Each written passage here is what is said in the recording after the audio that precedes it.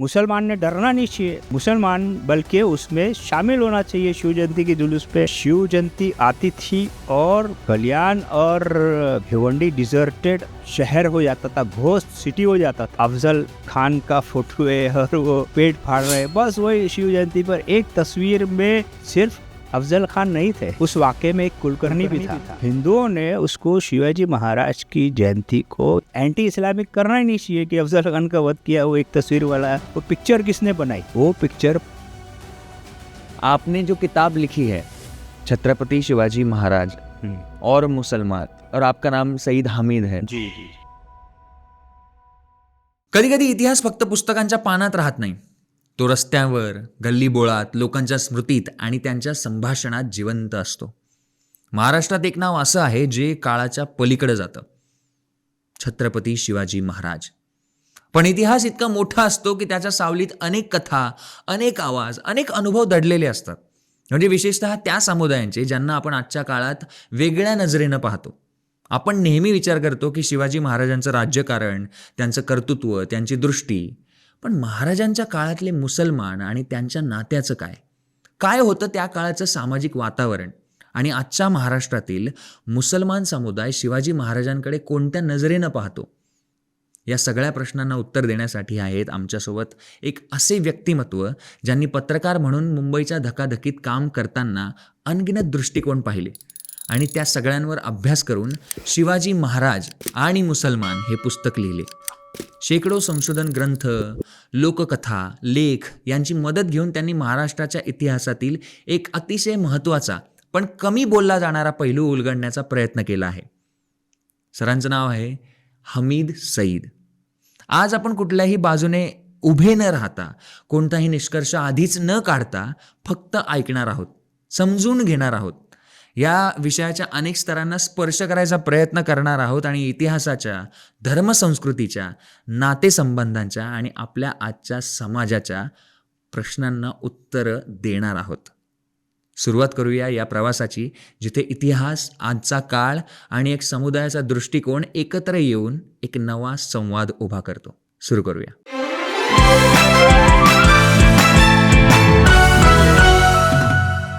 सबसे पहले सईद हामिद सर, आपका बहुत बहुत स्वागत है सुपर देसी टॉक्स में. आपने जो किताब लिखी है छत्रपति शिवाजी महाराज और मुसलमान, और आपका नाम सईद हामिद है. जी. तो ये जो जनरल परसेप्शन होता है ना लोगों का, ये देखने का कि एक मुस्लिम राइटर छत्रपति शिवाजी महाराज के बारे में लिख रहा है जी, तो आपको मतलब क्यों लगा कि इस पर लिखना चाहिए? सबसे पहले तो देखिए, मैं जब उर्दू जर्नलिज्म में आया 1975 में, तो उसका एक बैकग्राउंड था. मैं उस वक्त उर्दू जर्नलिस्ट भी था, उर्दू से हमारा एमए किया था और हमारा माहौल भी उर्दू का था. और उस ज़माने में मैं कौमी आवाज़ और कुछ डेली न्यूज़पेपर्स में रिपोर्टिंग कर रहा था. उस ज़माने में ऐसा होता था कि शिव जयंती आती थी और पूरा तूफान जैसा आ जाता था. शिव जयंती 2 महीने बाद आने वाली है और मुंबई के ख़ास तौर से भिवंडी और कल्याण में मुंबई बेस्ड अखबारों के लिए काम करता था. और हमारा एक बड़ा जो रीडरशिप का हल्का था वो भिवंडी, कल्याण, पूना, नासिक बहुत आता था उस उर्दू न्यूज़पेपर. तो वहाँ पर शिव जयंती आई 2 महीने पहले ही वहाँ पर बड़ी बेचैनी लोगों में पैदा हो जाती थी कि दंगा होने वाला है. अब आपको मैं ये बताऊं कि भिवंडी जो शहर है वो पावरलूम शहर है, पहले भी था. 1970 में वहाँ शिव जयंती के जुलूस को लेकर के एक दंगा हो चुका था महाड़ और वहाँ पर. तो उसकी वजह से उस बैकग्राउंड में हर साल 1970 के बाद जब भी शिव जयंती आ रही है तो उसके बाद पैनिक हो रहा है, लोग डर रहे हैं, दंगा हो जाएगा. आपको यकीन नहीं आएगा, इस फेस्टिवल के लिए सेंट्रल फोर्सेस लग जाती थी, कल्याण में भी और भिवंडी में भी बीएसएफ लग जाती थी. और भिवंडी चूँकि पावरलूम शहर था तो उसमें जो मजदूर है लूम में काम करते थे वो 80% मजदूर जो है ना यूपी और बिहार के होते थे. तो उस 70 के दंगे की इतनी दहशत हुई शिव जयंती के जुलूस पर कि जब भी उसके बाद शिव जयंती 2 महीने पहले ही प्रचार हो जाता था शिव जयंती आने वाली. तो जितने मजदूर है ना वो परेशान थोड़ा सा। चले जाते थे, छोड़ के चले जाते थे कि 2-3-4 महीने के बाद आएंगे। तो कल्याण और भिवंडी डिजर्टेड शहर हो जाता था, घोस्ट सिटी हो जाता था और कुछ काम नहीं होता था कि पावरलूम एक्टिविटीज है। वो सब मैंने रिपोर्टिंग की 80 तक, मैं बराबर जाता था। और हम वहाँ पर थाना में वो कमिश्नर थे सतीश साहनी साहब थे, उनके ज़माने से भी कल्याण और भिवंडी कवर किया हम लोग। उस जुलूस जाता था उस नाके पे कवर करते थे। तब मेरी समझ में नहीं आता था कि ये क्या है, क्यों ऐसा शिव जयंती पर ये इतना डर होता है। फसाद की देखिए, आज़ादी के बाद से फसाद जो हो रहे हैं उससे पहले भी हो रहे हैं ये सब। मेरा ये मानना है कि उसमें राजनीति भी होती है, तो राजनीति हो रही थी। तो लेकिन मैं पर्पसली समझना चाहता था कि ये क्या है। उस वक्त हम लोगों ने, जब हमारी जर्नलिज्म की जो ज़रूरत थी वो इंग्लिश और उर्दू थी। उसके बाद मैंने मराठी पढ़ना शुरू किया, मराठी के अखबार, मराठी के बुक्स। तो जैसे जैसे पढ़ते गए तो मेरी स्टडी में शिवाजी महाराज की भी ये बातें सामने दोनों साइड की थी। और फिर उसके बाद हम इसमें ज़्यादा बिजी हो गए, अपना जर्नलिज्म में ज़्यादा बिजी हो गए। तो आप जानते हैं प्रिंट जर्नलिज्म में अगर आप कुछ रहे हो तो मैं जो है फिर बाद में, उसके बाद इनिशियल ईयर्स के बाद मैंने मोस्टली जो उर्दू पेपर्स में न्यूज़ एडिटर या एडिटर का काम किया। तो हमारा जॉब जो है ना 24 घंटे का रहता था और वो जो है उसमें स्टडी का टाइम कम मिलता था। लेकिन जैसे जैसे मराठी पढ़ते गए, इंग्लिश पढ़ते गए, छत्रपति शिवाजी महाराज के बारे में जानकारी मिलती गई। मुझे हैरत हुई कि हम जो सुनी सुनाई बातों पर, या हमारे सामने एक तस्वीर थी कि वो अफजल खान का फोटो है और वो पेट फाड़ रहे हैं, बस वही शिव जयंती पर एक तस्वीर ने सारी छत्रपति शिवाजी महाराज की जैसा कि हिस्ट्री को समेट लिया। एक तस्वीर की हिस्ट्री थी नहीं। जब हमने आगे पढ़ा तो पता चला वो उस वाक़े में भी सिर्फ अफजल खान नहीं थे, उस वाक़े में एक कुलकर्णी भी था। हाँ, तो वो किसी ने अगर वो वाक़या सही था तो वहाँ तो कोई चित्रकार था ही नहीं। वो पिक्चर किसने बनाई?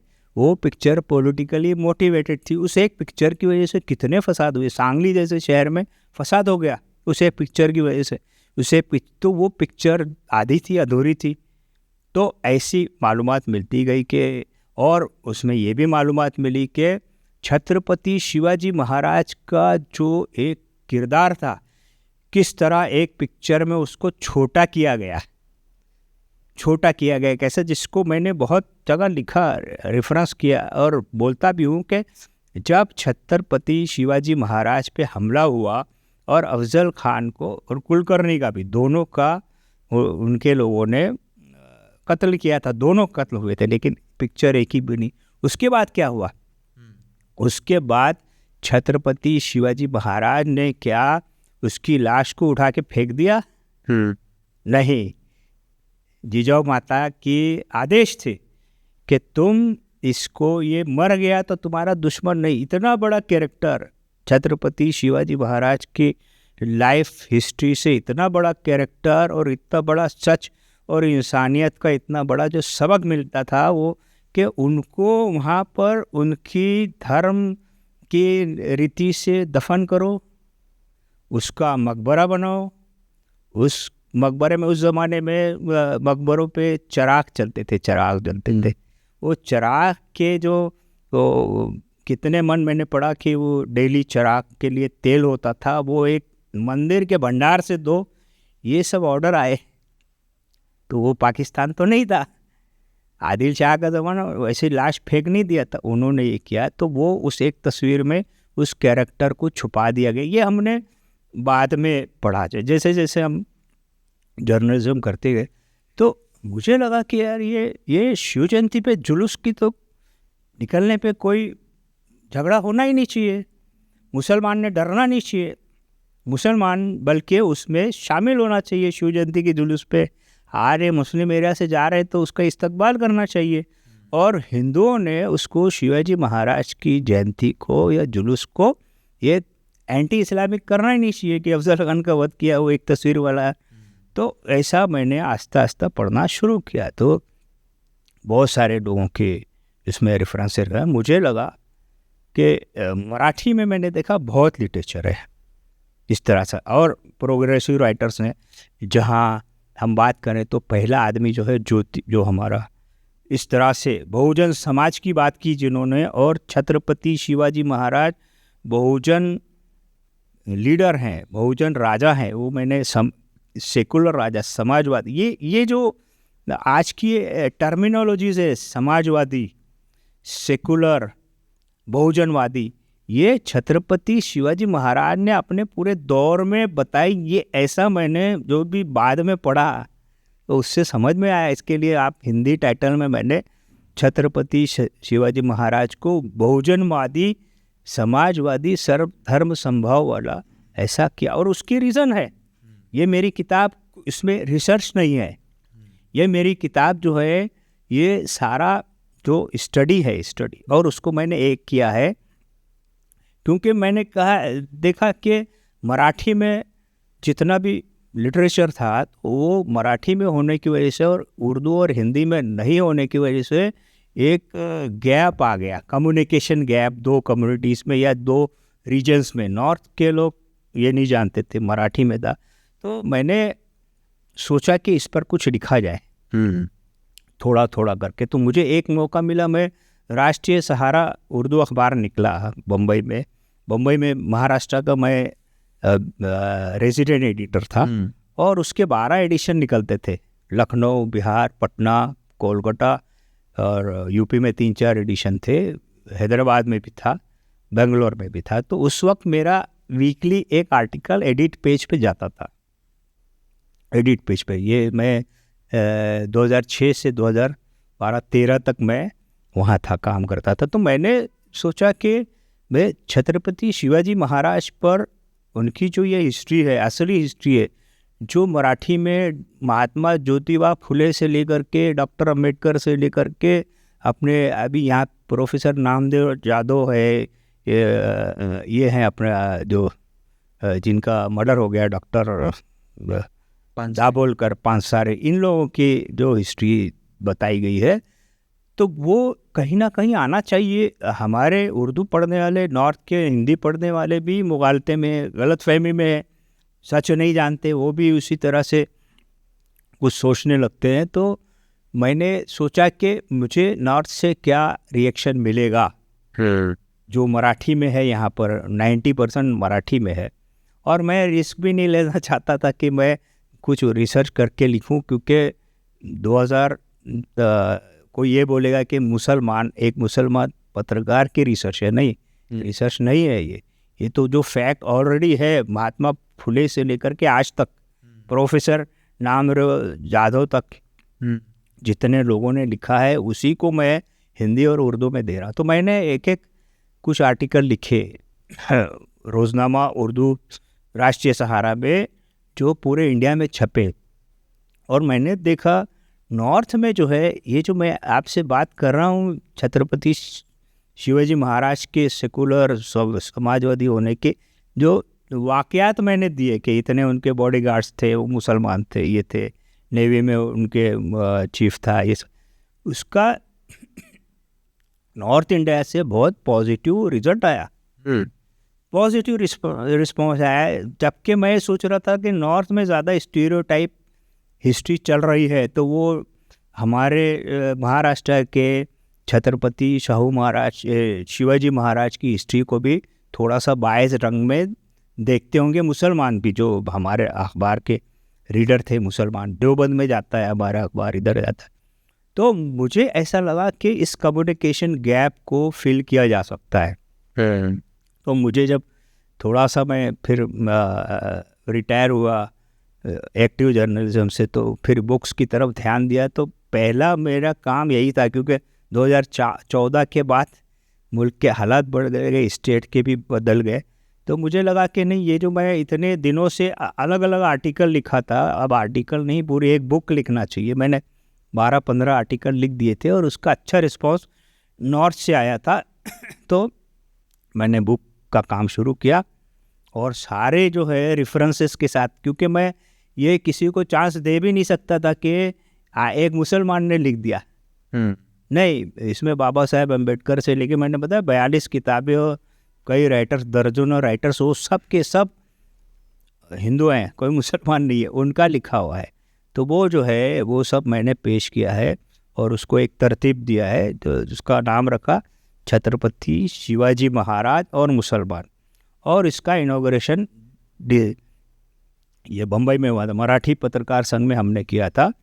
मेरा इसमें एक मकसद ये था कि अगर उर्दू और हिंदी में, हमारे यहाँ लोग आज भी कहते हैं कि मौलाना जो है, उलमा जो है, वो जो है तकरीर करें, वो जो बोल दें तो उसका मुसलमान, आम मुसलमान पे असर होता है।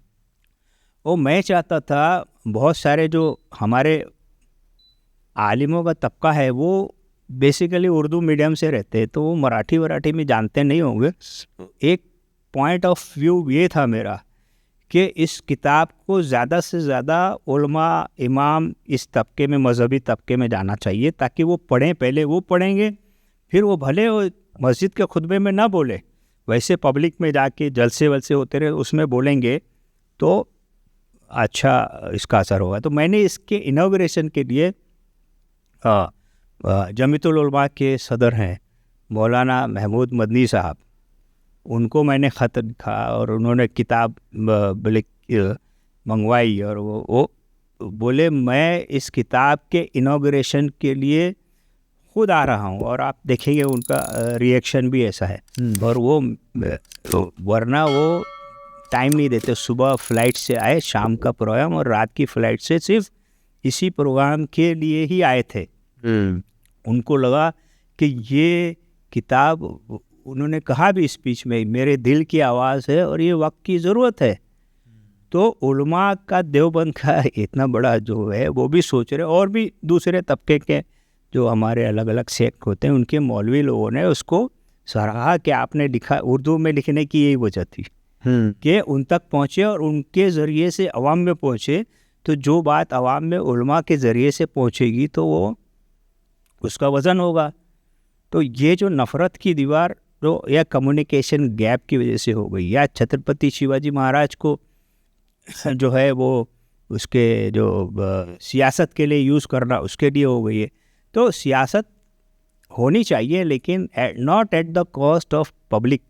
लोग मर जाते, पब्लिक लाइफ। हाँ, पब्लिक के, यानी फसाद में किसका नुकसान हुआ, चाहे वो 1971 में हुआ, 70 में हुआ, आम जनता का वो मारे गए लोग, आम आदमी मारा गया, आम मजदूर मारा गया, चाहे वो हिंदू हो या मुसलमान।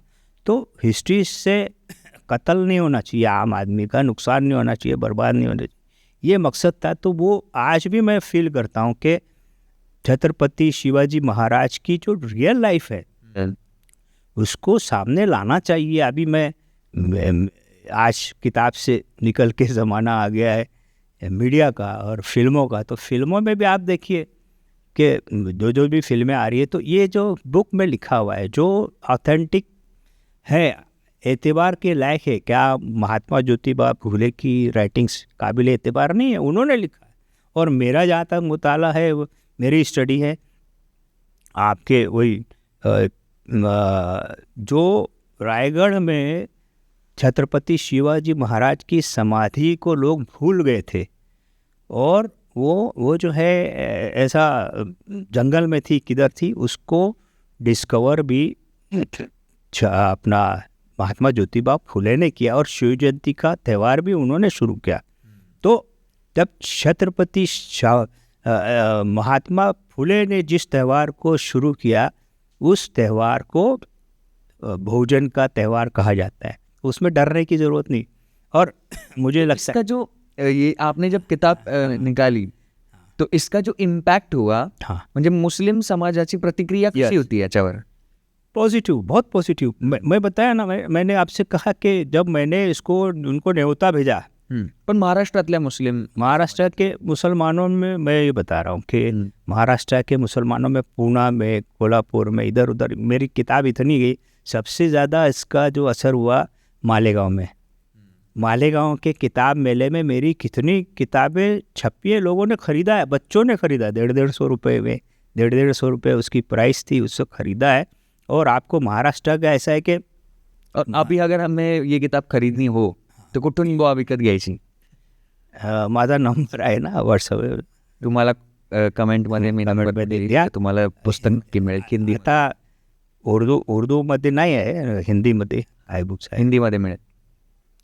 और पूना के और कई जगहों पे एक मुफ्ती साहब ने किताब मंगवाई मेरे से गुजरात में मंगवाई, उन्होंने पढ़ा और उसके बाद उन्होंने अपना पॉडकास्ट से पहले तो लोग वीडियो अपना वो शेयर करते थे ना वीडियो, हाँ, वैसा किया. एक मुफ्ती साहब पूना के हैं, उन्होंने किया. ऐसे मैं कई मुफ्तियों को जानता हूँ.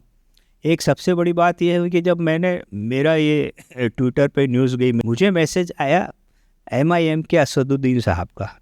उन्होंने कहा ओवैसी मैसेज आला. हाँ, उनका मैसेज आया. उन्होंने कहा मैंने ये आपकी किताब देखी है और ये बुक मुझे कहाँ से मिलेगी, भेजिए, मैं कहाँ से खरीदूँ इसको. तो मैंने कहा उनसे कि आप अपना एड्रेस भेज दीजिए, मैं आपको किताब भेज देता. तो मैंने उनको 5 किताबें भेजा. अब आप ओवैसी हैदराबाद के हैं और उन पे एक लेबल लगा हुआ कि इस टाइप के है, तो लेकिन आप उनकी तकरीर देखेंगे, उसके बाद उन्होंने शायद किताब पढ़ी, तो अब उनकी तकरीर में छत्रपति शिवाजी महाराज के लिए आदर, ये सम्मान, ये सब है, और उनको फिर सारे लोग फॉलो करते. आणि खूप सारे रेफरन्सेस सुद्धा त्यांच्या भाषणांमध्ये नंतर आहे. हाँ, त्यांचा वही सब किताब में से तो ये कम्युनिकेशन गैप उर्दू और हिंदी में, मराठी में था, वो मैंने दूर किया है. अब मैंने कुछ नहीं किया, मैंने सब जमा किया और उर्दू हिंदी में लिखा, इसको एक इस तरह से लिखा हूँ. तो कम्युनिकेशन गॅप कमी करायचा प्रयत्न चांगल्या प्रकारे झाला आणि तुमच्याकडनं असं. और छत्रपति शिवाजी महाराज की जो छवि या जो कम कर दी गई थी, ये एक बात है कि ये सच है कि उनकी नेवी में मुसलमान 50% थे और उनके नेवी के चीफ भी कमांडर वो थे, अपना दरिया सरंग मुसलमान थे. उसके पीछे एक बैकग्राउंड मैंने पढ़ा है कि उस ज़माने में जो कास्ट हिंदूज थे वो समंदर पार करना नहीं चाहते थे, ऐसा कुछ मना था उनकी. तो उसमें वो हा, म्हणजे असं म्हणायचे की समुद्र पाणी ओलांडू नये किंवा समुद्र पार नहीं करू तो उसके लिए वो नेवी में नहीं थे. लेकिन इंडिया में पहली नेवी बनाने का क्रेडिट जो है वो उनको जाता है, अपना शिवाजी महाराज को. और उसमें जो शिवाजी महाराज के मस्कत के अरबों से बहुत अच्छे ताल्लुकात थे. इसका मतलब ये हुआ कि छत्रपति शिवाजी महाराज के मस्कत के उस ज़माने के रूलर से अच्छे ताल्लुकात थे, और वो सलाम उन्होंने वहाँ लिखा था. तो ये उनकी फॉरेन पॉलिसी हो गई. फॉरेन पॉलिसी की बात करें तो मुझे जो मैंने पढ़ा, जो इतने राइटर्स 42 किताबें और 20-25 राइटर्स थे, उसमें जो फॉरेन अफेयर्स में सबसे बड़ा रोल जो आता है वो काजी मुल्ला हैदर का आता है. वो क्योंकि वो अरबी भी जानते थे, वो पर्शियन भी जानते थे, वो मराठी भी जानते थे, वो संस्कृत भी जानते थे. तो वो ऐसे मुझे लगता है कि उस ज़माने में जो भी उनका जैसा फॉरेन मिनिस्ट्री और इंटरनल मिनिस्ट्री, वो सब एक जैसा ओहदा रहा होगा. तो वो उसमें ये जो है काजी मुल्ला हैदर का बड़ा रोल था. तो अगर हम इस तरह से दें, नूर खान बेग के बारे में मैंने पढ़ा, वो मुग़ल थे. उन्होंने उन्होंने ये यहाँ पर नौकरी की, नौ सेना के आर्मी चीफ थे. तो जहाँ तक मेरी स्टडी का सवाल है, जो दूसरे सारे अपने महाराष्ट्रन सारे राइटर्स का है कि उस ज़माने में एक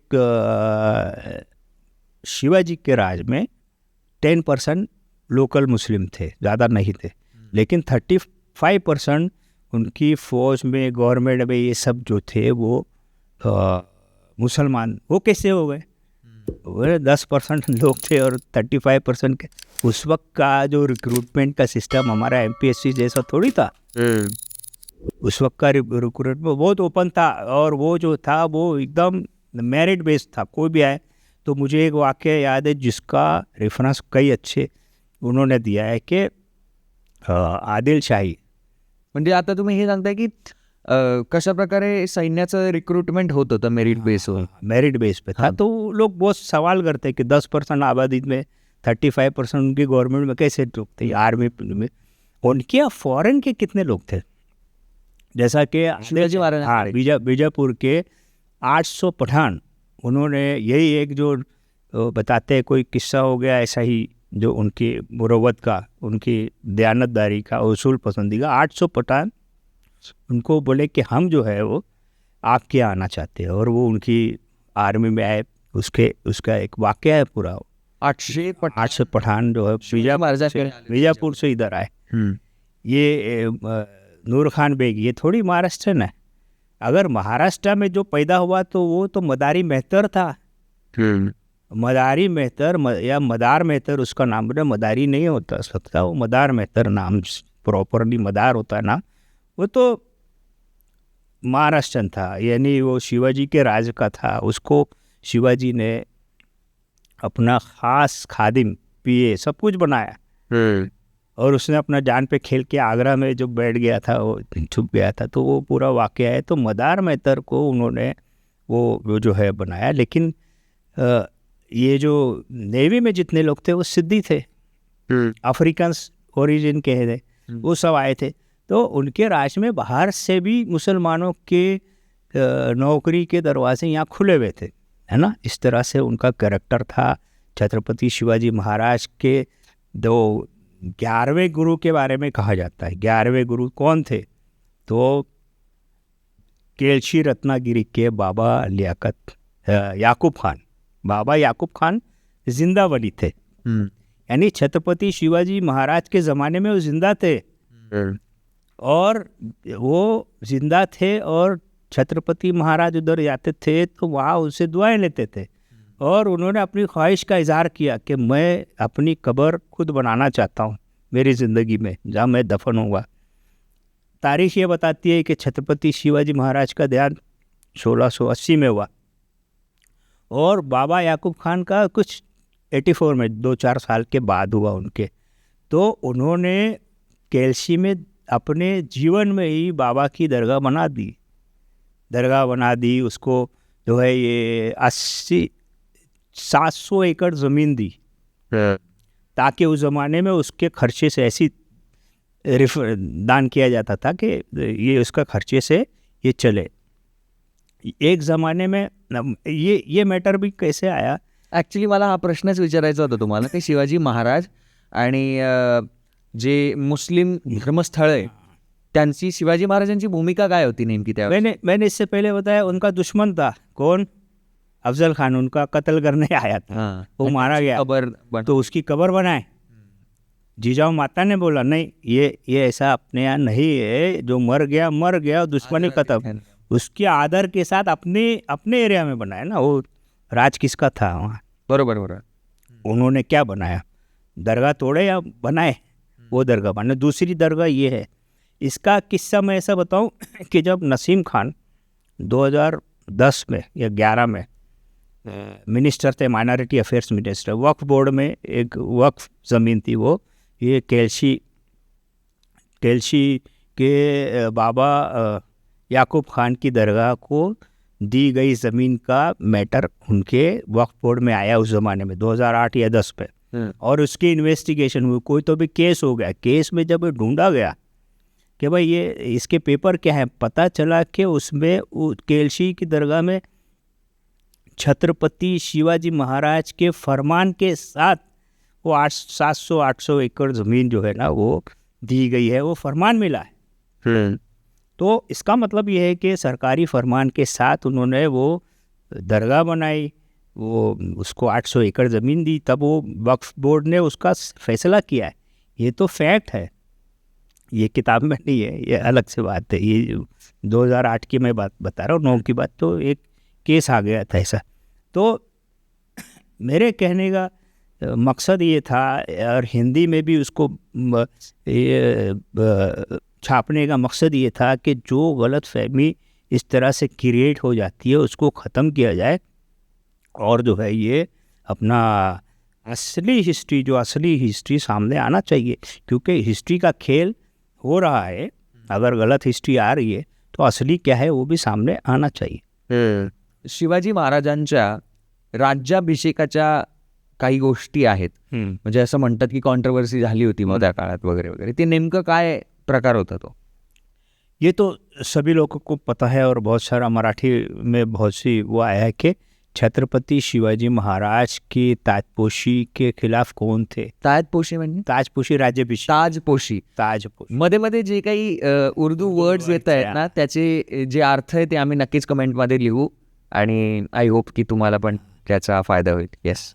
राज्याभिषेक ताजपोशी कंट्रोवर्सी थी यहाँ के किसी भी पंडित जो वैदिक तरीके से होने वाली थी उसको रिफ्यूज़ किया तो वहाँ यूपी से ही बुलाना पड़ा था. लेकिन इस तरह से किसी भी मुसलमान ने उनका विरोध नहीं किया. अगर उनकी सेना में मुसलमान थे, उनकी नेवी में मुसलमान थे, उनके रियाया में मुसलमान थे, गवर्नमेंट में मुसलमान थे, जो उनका ब्यूरोक्रेसी में बहुत मुसलमान थे, जैसा काजी मुल्ला हैदर तो चीफ ही थे ब्यूरोक्रेसी, किसी ने मुखालिफत नहीं की. मुसलमानों की तरफ से ये नहीं हुआ कि हम छत्रपति शिवाजी महाराज को राजा नहीं मानेंगे. विरोध नाही झाला कुठला. विरोध नहीं हुआ, सबने तस्लीम किया. विरोध कहीं और से हुआ.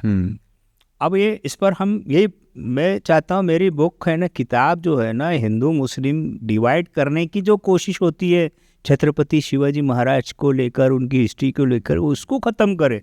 तो मैं आपके इस गुफ्तगू में, बातचीत में, चर्चा में मैं ऐसी बात नहीं करूँगा कि उससे कुछ डिवाइड बढ़े. तो मैं बात ये करूँगा कि मुसलमानों का विरोध नहीं था, मुसलमानों ने मान लिया बादशाह को, है ना. और ताजपोशी के बाद, राज्याभिषेक के बाद सबसे पहला निमंत्रण आया शिवाजी महाराज को कि आप ऐसे राजा, पहला हमारा फॉरेन टूर किधर का होगा. उसको फॉरेन ही था सारा, इंडिया में साउथ इंडिया के अलग अलग स्टेट्स थे, तो फॉरेन हैदराबाद का भारत नव्हता पूर्ण. तो हैदराबाद का जो बादशाह था उसने शिवाजी महाराज को न्योता भेजा कि आप सबसे पहला टूर हमारे यहाँ करें. और उसने जब छत्रपति शिवाजी महाराज वहाँ गए तो उनका इतना शानदार पब्लिक और सरकारी वहाँ पर वो हुआ, इस्तकबाल हुआ, स्वागत हुआ. ये पब्लिक उसका जिक्र है सारे किताबों में कि इस तरह स्वागत हुआ कि फिर वहाँ पर राजा खुद आया और वो उसने खुद इस्तकबाल किया और अपने महल में रखा. छत्रपति शिवाजी महाराज अपने राजा बनने के बाद 2 महीना हैदराबाद में मेहमान रहे. म्हणजे राज्याभिषेकानंतर पहिली जी टूर केली होती महाराजांनी ती हैदराबादला केली होती. तो वो जो इस किताब में ये भी कहा गया है कि ये जो लड़ाई थी वो हिंदू मुसलमान की नहीं थी, राजाओं की लड़ाई, ये साउथ वर्सेस नॉर्थ की लड़ाई थी. साउथ में जो राजा लोग थे ये सब एक थे और वही लड़ाई थी. और सबने देखा साउथ के मुस्लिम सुल्तान हुआ करते थे, सुल्तान थे हैदराबाद के और इधर के, उनका ये कहना था कि साउथ में मुग़ल को आने नहीं देंगे, नॉर्थ का होता है मुग़ल. तो छत्रपति शिवाजी महाराज वहाँ से जब चले हैं 2 महीने के बाद साउथ में और भी अपने मिशन पर, मिलिट्री मिशन पर, तो हैदराबाद के बादशाह ने उनको बहुत सारी फौज दी, पैसा दिया और 2 महीना मेहमान रखा अपना. यहाँ पर आपको पता है कि यहाँ पर इधर रायगढ़ में उनकी ताजपोशी को लेकर के कितना कंट्रोवर्सी हुई थी. और उसके बाद राजा बनने के बाद अगर वो 2 महीना हैदराबाद में रहे तो आज के हिसाब से, डिप्लोमेसी के हिसाब से आप सोचो कि अगर कोई देश में, अमेरिका में कोई प्रॉब्लम हो और ट्रंप जो है सदर बनने के बाद अगर वो वो चीन में जाके 2 महीने रुकेगा, एक दिन नहीं रुक सकता कि हमें मेरे वहाँ पर टर्मोइल नहीं हो जाए. लेकिन ऐसा हुआ और वो मुस्लिम बादशाह के यहाँ, मुस्लिम देश में किया. तो ये बहुत बड़ा सबक है. ऐसे सबक कितने ही मिलते हैं छत्रपति शिवाजी महाराज की, उससे वो सीखने की बजाय हम जो है ये कर रहे हैं. लेकिन मुझे ऐसा लगता है कि ये जो अवेयरनेस पैदा हुई ये किताब के बाद से, जो महात्मा ज्योतिबा फुले ने शुरू की और उसके लिए कुर्बानियाँ दिए, गोविंद पानसरे ने कुर्बानी दी है उनकी किताब के लिए, उनको मारा गया. मेरी किताब के बारे में उर्दू की चर्चा कर रहे थे, ये था कि पिछले 1960 में महाराष्ट्र बना है, 1960 से 2018 में एक किताब लिखी गई, उर्दू में सेकंड किताब थी, ये हैरत हुई उर्दू में लिखा नहीं गया। शिवाजी महाराजांबद्दलची ही सेकंड दूसरी किताब एक 1980 में आई थी, और महाराष्ट्र उर्दू स्टेट साहित्य अकेडमी, अभी 50 साल हो गए, उसका ये काम था। हाँ, महाराष्ट्र उर्दू एकेडमी का एक काम है कि मराठी का लिटरेचर उर्दू में ट्रांसलेट करके देवे, ताकि उर्दू वालों को पता चले क्या है। तो महाराष्ट्र की साहित्य एकेडमी ने ही एक बुक 1980 में छापी थी, छोटी सी बुक थी, लेकिन वो जब वो ख़त्म हो गई तो उसका रीप्रिंट नहीं किया उन्होंने, और आज तक और नए लोगों ने लिखा नहीं। तो मेरा एक मकसद ये भी था कि महाराष्ट्र में उर्दू में किताबें नहीं लिखी है। ये मेरी अगर 1980 के बाद दूसरी किताब है, तो आज भी मैं कह सकता हूँ 3 किताबें हुई है, 2 किताब लिखी गई, एक अपने गोविंद पंसारी साहब की ट्रांसलेशन है, वो उर्दू में ट्रांसलेशन छपा, वो उर्दू में लिखा नहीं गया।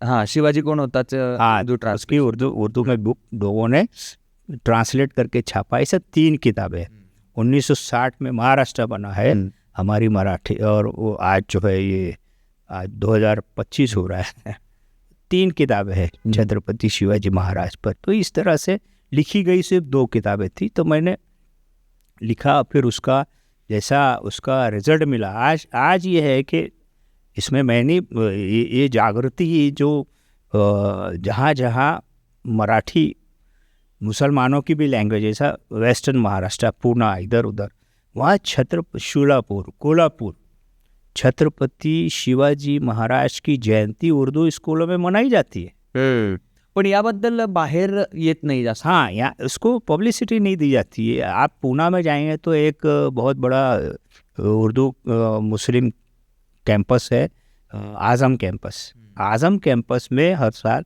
छत्रपति शिवाजी महाराज की जयंती मनाई जाती है स्कूल के अंदर, स्कूल में सब बच्चों को लेकर के। फिर जब पूना में शहर में जब वो जुलूस निकलता है तो वैसा जुलूस में वो लोग शामिल होते हैं शिव जयंती में। ये है 1970 का और आज का फ़र्क, कितना फ़र्क आया है कि जब शिव जयंती का जुलूस से आए तो कर्फ्यू लग जाता था मुस्लिम एरिया में, और आज जो है शोलापुर में, कोल्हापुर में, मीरज में, सांगली में, आपका इस पूरे बेल्ट में, बम्बई में अभी ये नहीं हुआ, लेकिन बम्बई में ये है कि शिव जयंती पर प्रोग्राम होते हैं, कई लोग जो है प्रोग्राम कर रहे हैं, तो वो ऐसा अवेयरनेस से फ़र्क पड़ेगा और पड़ रहा है। लेकिन अब यह है कि इससे बड़ा मीडियम आ गया है, तो नफ़रत फैलाने वाले नफ़रत फैलाते रहते हैं। हम जो है गलत फहमी को दूर करना और सही तारीख पहुंचाना, अगर छत्रपति शिवाजी महाराज की सही तारीख पहुंच जाए लोगों तक तो ये गलत फहमी जो है आपस में दूर हो जाए। और जैसा कि मैंने कहा, अभी हमारा महाराष्ट्र का मैसेज जो यूपी में पहुंच गया। यूपी में लखनऊ में मैं गया तो वहाँ पर महात्मा ज्योतिबा फुले के बड़े बड़े वो लगे हुए हैं स्टैचू, शाहू महाराज के बहुत बड़े बड़े स्टैचू लगे हुए, लेकिन उनके बारे में जो मालूमात अगर पढ़ेंगे तो अगर ज्योतिबा फुले की सारी बुक्स हिंदी में और उर्दू में नॉर्थ में चली आए, यूपी में चली आए, तो छत्रपति शिवाजी महाराज का सब उनका कैरेक्टर तो सामने आएगा ही आएगा। तो वो किताबें नहीं छापी गई, उसकी जगह बड़े बड़े स्टैचू पे करोड़ों रुपए खर्च कर दिए। तो ठीक है, स्टैचू पे भी करोड़ों रुपए खर्च कर दो, लेकिन किताबें पहुंचनी चाहिए थी, वो उनका लिटरेचर पहुंचना चाहिए था।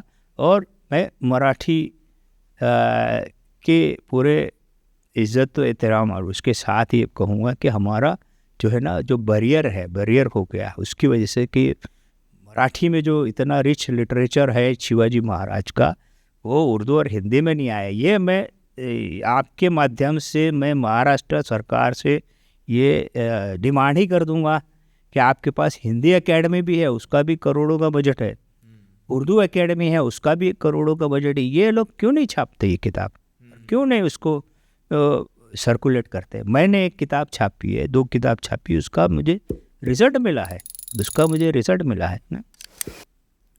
तो मुझे ये लगता है कि इस पर ऐसा अब जो प्रचार के मास कम्युनिकेशन का जो है उस पर ये आना चाहिए कि तो मैंने ये सोचा था कि मैं छत्रपति शिवाजी महाराज का जो मैंने किताब लिखी है उस पर एक फिल्म ही बना दूं, क्योंकि आज फिल्म यूज़ हो रही है, केरला फाइल, फला फाइल, फला फाइल। तो छत्रपति शिवाजी महाराज फाइल, एक पूरी फाइल खोल दें कि ये सच है, ये सच है, बनाई जा सकती है। बोलो। तो उस पर जो है फिल्म भी बना सकते हैं लोग, और अगर फिल्म बनाए तो शायद उसका इम्पैक्ट ज़्यादा होगा अगर वो अलग अलग लोगों पर बनाई जा रही। तो छत्रपति शिवाजी महाराज और मुसलमान एक ये टॉपिक है, इस पर फिल्म बनाना चाहिए। तुम्ही सांगितलं मागाशी की तुम्ही पुस्तक लिहिलं, त्यानंतर चांगला रिस्पॉन्स तुम्हाला मिळाला. तुम्ही डिमांडसुद्धा केली की जे उर्दू हाऊस आहे त्यांनी व्यवस्थित शिवाजी महाराजांचं जे काही लिटरेचर होतं किंवा मराठीतलं जे काही रिच लिटरेचर होतं ते उर्दूमध्ये ट्रान्सलेट करून उर्दू वाचणाऱ्या जनतेसाठी पब्लिश करावं,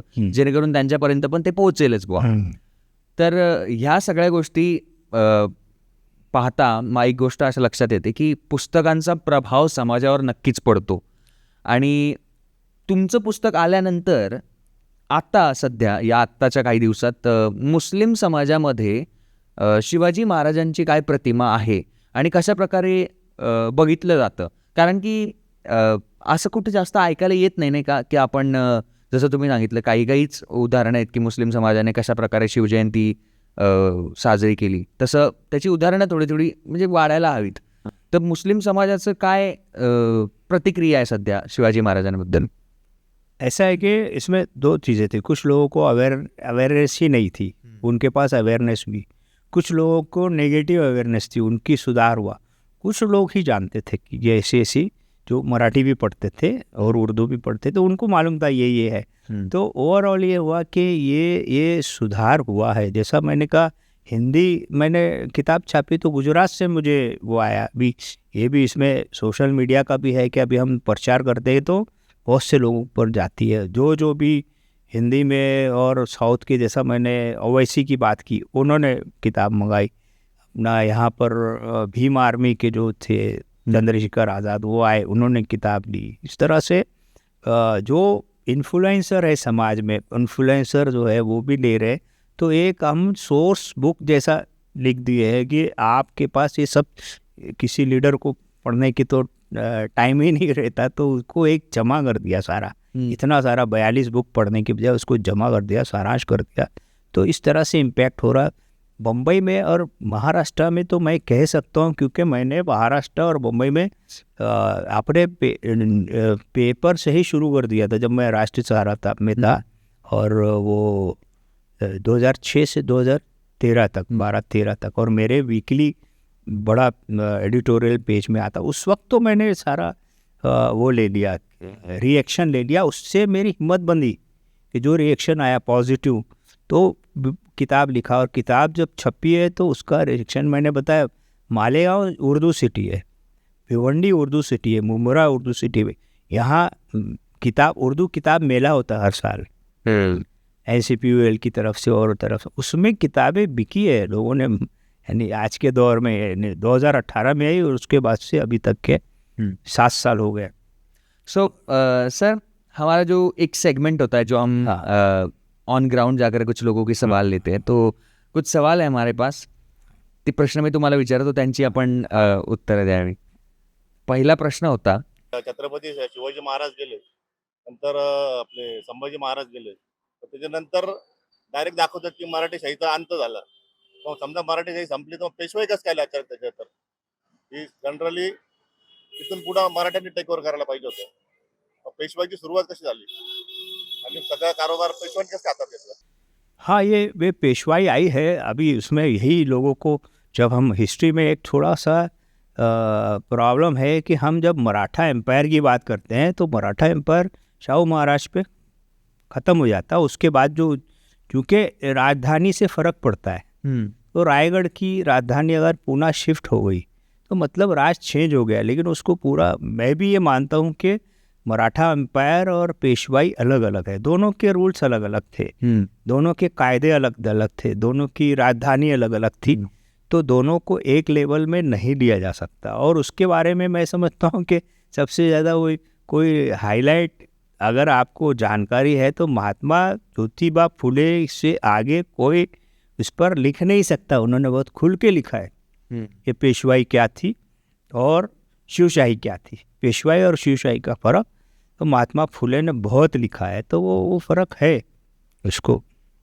दुसरा प्रश्न असा होता की छत्रपती शिवाजी महाराजांच्या सैन्यामध्ये हिंदू आणि मुस्लिम सैन्य किती किती प्रमाणात होते? ये जो मैंने पढ़ा है उसमें जो आंकड़े उस ज़माने में ऐसे नहीं थे ना, जैसा जैसा आज है वैसा तो नहीं थे, लेकिन एक बारे में इस बारे में सब कन्फर्म है कि उनकी नेवी में 50% मुस्लिम थे। और उसके रीजंस है कि सिद्दी थे, अरब थे, मस्कत से मैंने अभी बताया कि किस तरह उनके रिलेशन, अरब भी थे यार। अरब लोग इंडिया में आते थे, नौकरी करते थे। बम्बई में अरब गड्डी है पूरी, हैदराबाद में अरब मोहल्ला है सारा, तो अरब यहाँ आके नौकरी करते थे, ऐसा था लोकल। तो उसमें 50% थे। आर्मी में थोड़े कम थे। एक जगह मैंने पढ़ा है, ओवरऑल जो एस्टीमेट है वो ओवरऑल उनके राज्य में 35% मुस्लिम उनकी गवर्नमेंट में, मिलिट्री में, उनके ब्यूरोक्रेसी में, सरकार में थे, ऐसा रेफरेंस है। और मैंने वही सोर्सेज लिए जो मैं ऑथेंटिक समझता हूँ और उसमें लिखा है ऐसा।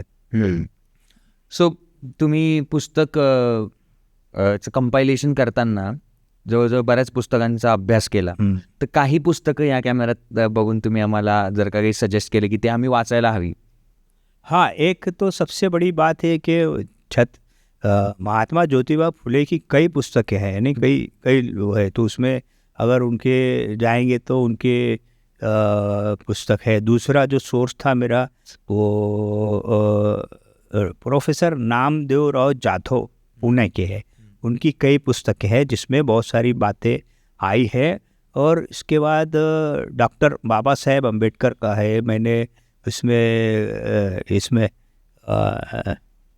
ये जो है गोविंद मासारे साहब है, धाबोलकर है, और इस तरह से जो इतनी सारी बहुत सारी किताबें, मैं किताब नहीं लाया सका, 42 रेफरेंसेस है, सब सारा दिया हुआ है। कुछ इंग्लिश उससे लिया है मैंने, यानी अंग्रेज़ के थोड़े से आपको यहाँ बम्बई के जो गैजेटियर्स हैं उसमें भी रेफरेंसेस है। और उर्दू की भी 1-2 किताबें हैं, उर्दू में भी कुछ किताबें में रेफरेंस मिलेगा, पूरा मजमून में नहीं है, लेकिन इस तरह से कुछ 42 किताबें हैं उसमें। और डॉक्यूमेंट्स है, गवर्नमेंट के डॉक्यूमेंट्स है, तो वो मैंने सब जमा किया, इसलिए कि ये सारे जितने भी ऑथर्स हैं वो ऑथेंटिक हैं और उनके नाम ही ऑथेंटिक करने के लिए ज़रूरी था कि ये इनके हवाले है, इनके हवाले से लिखा गया है, तो ताकि कंट्रोवर्सी नहीं बने। हम कंट्रोवर्सी ख़त्म करना चाहते हैं, हम कंट्रोवर्सी बढ़ाना नहीं चाहते। तो मुझे लगता है मैं अपने मकसद में कामयाब हूँ। और हमारा आपका मराठी लिटरेचर तो बहुत रिच है इस ताल्लुक से, छत्रपति शिवाजी महाराज का और उसका, तो ये उर्दू में और हिंदी में ये गया है, ये मेरी कोशिश थी। और मुझे लगता है मैं कामयाब रहा हूँ उसमें, जैसा रिस्पॉन्स तो मिला है। हाँ बरोबर। अभी उर्दू की बुक तो बिल्कुल ख़त्म हो गई है, हाँ अभी अवेलेबल नहीं है। आता फक्त हिंदीतच पुस्तक हिंदी का मला है। मी कमेंटमध्ये किंवा डिस्क्रिप्शनमध्ये नंबर देईल, तिथून तुम्ही ऑर्डर करू शकता। तर थँक्यू सो मच पुन्हा एकदा की तुम्ही आलात। सो तुम्हाला नक्कीच प्रश्न पडला असेल की ह्या सगळ्या गोष्टी ज्या आम्ही गप्पा मारल्या, तर की नेमकं काय असेल बुवा, किंवा तुमची याबद्दल काही प्रश्न असतील तर त्याची उत्तरं जर तुम्हाला मिळाली असतील, आय होप मिळाली असतील, बऱ्याच प्रश्नांची उत्तरं पण नसतील मिळाली ते नक्कीच आम्हाला कमेंटमध्ये विचारा, आम्ही त्याचं उत्तर देण्याचा नक्कीच प्रयत्न करू। आणि हो, सबस्क्राईब करायला विसरू नका सुपरदेसी टॉक्स। सबस्क्राईब फक्त करायचं नाही, तुम्हाला लाईक पण करायचं आहे, शेअर पण करायचं आहे, सबस्क्राईब तर करायचंच आहे, पण यासोबतच तुम्हाला बेल आयकनसुद्धा दाबायचं आहे। जास्तीत जास्त लोकांना तुम्ही सबस्क्राईब केलं तर आम्ही अशा प्रकारचे विषय अजून तुमच्यापर्यंत आणू। Thank you so much.